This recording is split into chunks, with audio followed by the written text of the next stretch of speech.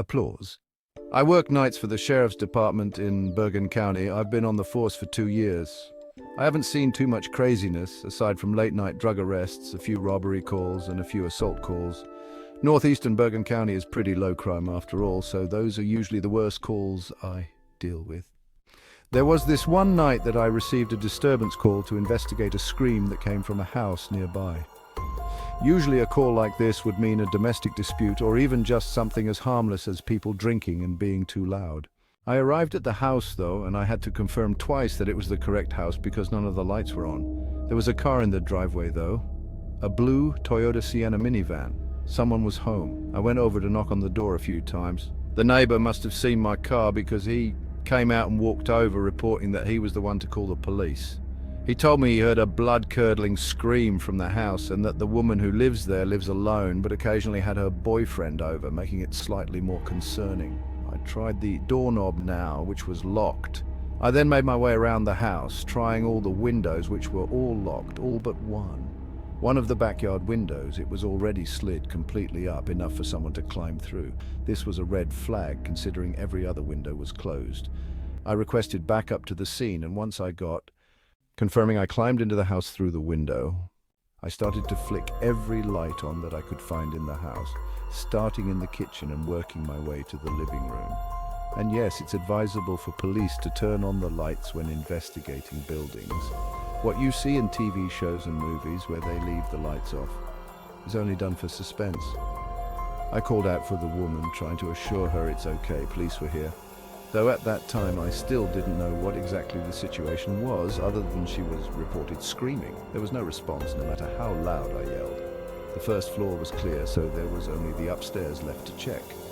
I wanted to wait for backup to arrive because I was nervous about what I'd find up there. But I'd also not forgive myself if I waited and wasted precious time that I could have used to save this woman from a possible medical emergency. Before going up the stairs, I unlocked the front door for when backup would arrive. I then walked up the carpeted stairs quietly, and as I got halfway up the stairs, I peered over the ledge onto the second floor. There were 4 doors up there. I flicked on the light switch in the hallway and called out one more time. I heard a creak-type sound come from behind one of the doors, so she had to be in there. I opened the door, and it was a bedroom. The light was off, but the light from the hall was plenty to see a woman laying in bed under the covers. I saw the back of her head. I walked over to her to make sure she was okay, but as I was close, I noticed dark stains that soaked the other side of the covers. The side of her I couldn't see from the door. I yanked the covers off the woman and realized it was blood, and she'd been stabbed multiple times, but she was still breathing. I grabbed my walkie and reported a stabbing, requesting immediate backup and an ambulance. The creak I heard moments before suddenly made no sense if this woman was in bed like this. And given she was unconscious, someone placed her in the bed. Most likely I did. I did a 360 in place without looking around the room. There was a closet. It was instinctively the first place I'd think to look. I had my gun drawn and had my hand on the doorknob for 5 seconds.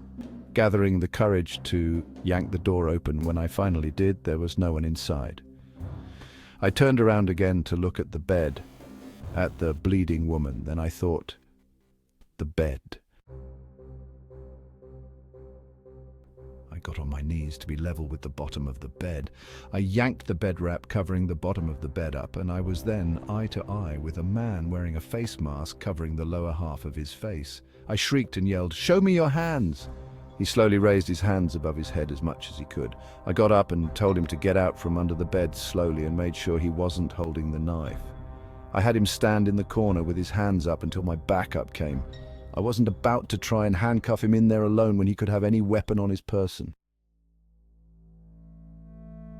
I told backup to meet me upstairs, and when they entered the house, I called up to them. Only then did I place the man under arrest. An ambulance arrived not too long after, and the woman was rushed to the hospital, and she managed to survive being stabbed 6 times. The man who did it was in fact her boyfriend, which I didn't find too surprising, honestly. The man had found out that she cheated on him with his friend, and when he called her about it, she broke up with him over the phone, and this must have caused the man to snap. I'm just very thankful the woman survived. music. This story was told to me by my best friend's uncle who works the night shift as a police officer in our city. A year or so ago, Mike, my best friend's uncle, was out on his nightly patrol with his partner Steve. They've been working together for years, and they're both Army veterans, so they're very level-headed and calm people. Perfect for being police officers. When they got a call from a landlord at an apartment complex complaining about one of his tenants, they didn't really expect anything bad. They get calls like that all the time. So they headed over to see what was going on. When they arrived, the landlord greeted them outside. It was probably 1 or 2 in the morning, and everyone from the complex was standing out in the grass, which was odd. The landlord approached Mike and Steve and started to rant about one of their neighbors being crazy and turning all the water on in his apartment. Apparently, he was some guy in his 30s and he'd been acting weird lately. I could see that there was water seeping out from the front door to the place and decided they had to go in and do a welfare check on the guy. When they walked in, water was pouring down the stairs and clearly flooding the building, which meant that this water had to have been turned on for hours to cause this kind of damage. They climbed to the 2nd story and knocked on the door where the water was gushing out from. The landlord told them that the tenant's name was Adam, and so they pounded on the door calling his name. No one answered for a couple of minutes, and so they decided to break the door down. When they did, they spotted Adam standing in his kitchen. All of the sinks, the shower and the toilet from the bathroom and a hose from outside were gushing water everywhere.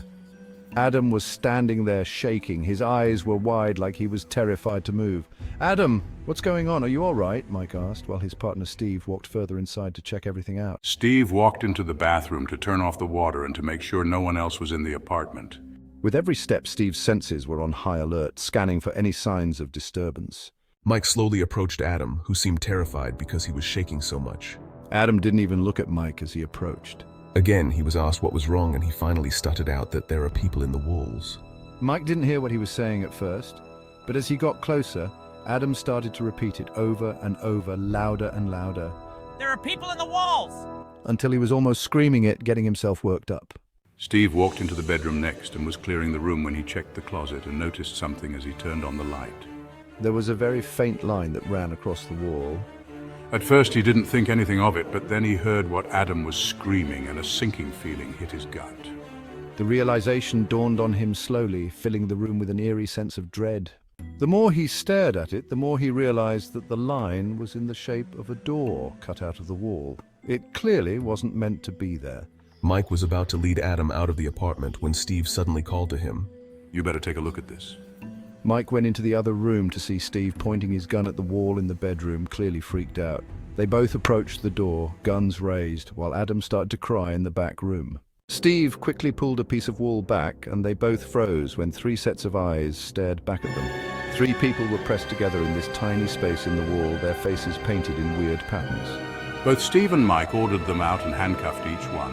By that time, backup had arrived and some other police officers got Adam out of there. It was only made worse when, a couple months later, they found out that the 3 people in the wall were from some crazy cult out in the woods. They were trying to get Adam to join them. They preyed on him because they knew he had a past history of being mentally unstable. They were trying to scare him. He turned on all the water in an attempt to flush them out of his own home. To this day, Mike and Steve say that this was the most disturbing call they've ever been on. This one time when I was working a 12-hour overnight shift, I went out on a call for a suspicious person, walking house to house, knocking on doors and saying things to people through their doors or to their doorbell cameras. I arrived at the man's house who called it in, and he explained better in person that it was a middle-aged woman with long, wiry hair, holding something behind her back, going door to door, yelling at people to open up and mumbling to herself. The man who called the police had a Ring doorbell camera, and so he showed me the footage that it caught.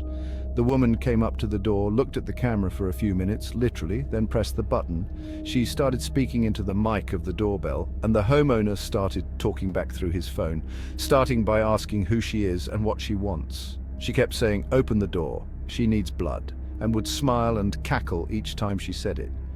When he threatened to call the police, she laughed and started basically punching the door and trying to remove the Ring doorbell camera from the wall. It was impossible to tell if the threat of calling the police is what eventually got her to leave, but when she did, the man saw that she went to the house next door. This was when he actually called 911. The footage was absolutely bone-chilling. It was like a scene from a scary movie, and it wasn't possible to tell what she was holding behind her back because of the creepy way she backed away from the door to the sidewalk, still facing the doorbell camera the entire time. There were 2 or 3 other units on this now, driving around the area trying to find the woman. It was basically a mini manhunt now, and the description being used was possibly armed and dangerous woman. I checked the nearby houses on foot really quickly, then got back in my car and started patrolling the area as well. None of us could find the woman. And then we got a report of a breaking and entering nearby.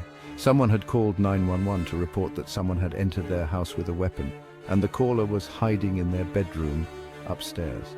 The caller also had a doorbell camera and was able to see the woman entering the house through the front door, but not before looking into the camera for a few moments again.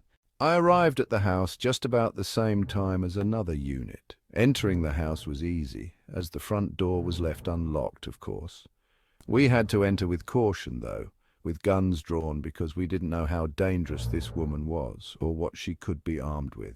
As we entered and the foyer was clear, another officer and I shouted that the police were here, and we ordered the intruder to come out with her hands up. Then there was a scream for help from upstairs. My adrenaline was rushing, as it does in any situation like this involving armed suspects. We ran up the stairs and followed the screams for help. They led us to the master bedroom. The husband unlocked and opened the bedroom door as we got upstairs. The husband of the couple was sitting and hiding in there. They hadn't left the bedroom since the woman had entered the house.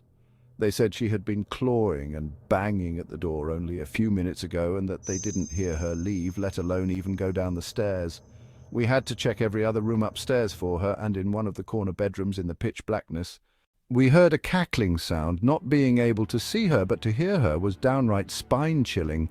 I flicked on the light to the bedroom, and she was there sitting on the bed, already looking at me and smiling. She had a huge knife in her hand, and there was blood soaking the bed sheets that she was sitting on. It was her blood. She had just cut one of her wrists. She started saying exactly what she was saying on the first guy's doorbell camera, that she needs blood. We didn't know who she meant until noticing the little doll sitting between her legs. It was a little girl's doll, covered in the woman's blood. We yelled at her to drop the knife with our guns drawn on her. She just laughed and kept saying what she was saying. There was clearly something very wrong with her, and reasoning with her didn't seem like it would be possible, but we tried anyway. I asked her, "Who is this?" She keeps referencing, and tried to talk nice to her, saying she doesn't have to hurt herself or anybody else and that we're there to help her. But as she continued to stare at us, mainly at me, and laugh and keep muttering barely understandable sentences, I got increasingly nervous. I had my gun aimed at the giant knife in her hand, contemplating shooting it out of her hand, considering if that was a viable, safe option, but neither of us were expecting what happened next. The crazed woman sprang off the bed and made this growling sound as she was about to launch at me and presumably attack me, as her knife was raised in the air. I reacted the only way I could in the moment, and I shot at her twice, both times hitting her in the arm. Even though I was still trying to have my sight aimed on the knife, I wasn't expecting her to just jump up suddenly. She dropped the knife and started to scream and cry as she grabbed her arm. We took this moment to subdue her and place her in cuffs. We had to get her an ambulance immediately before she'd bleed out. From the hospital, she'd later be transported to a local jail, and she was later found not guilty on all charges by reason of insanity. She's currently a patient at a mental asylum in my city. The horror that every party involved in this incident had to go through was unimaginable. From all the people who were scared to open their doors to a crazed woman wielding something unknown behind her back, to the couple that actually almost fell victim to her in their own house, to myself and the other officer that were on the scene before she was in custody. It was the scariest experience of my 10 years.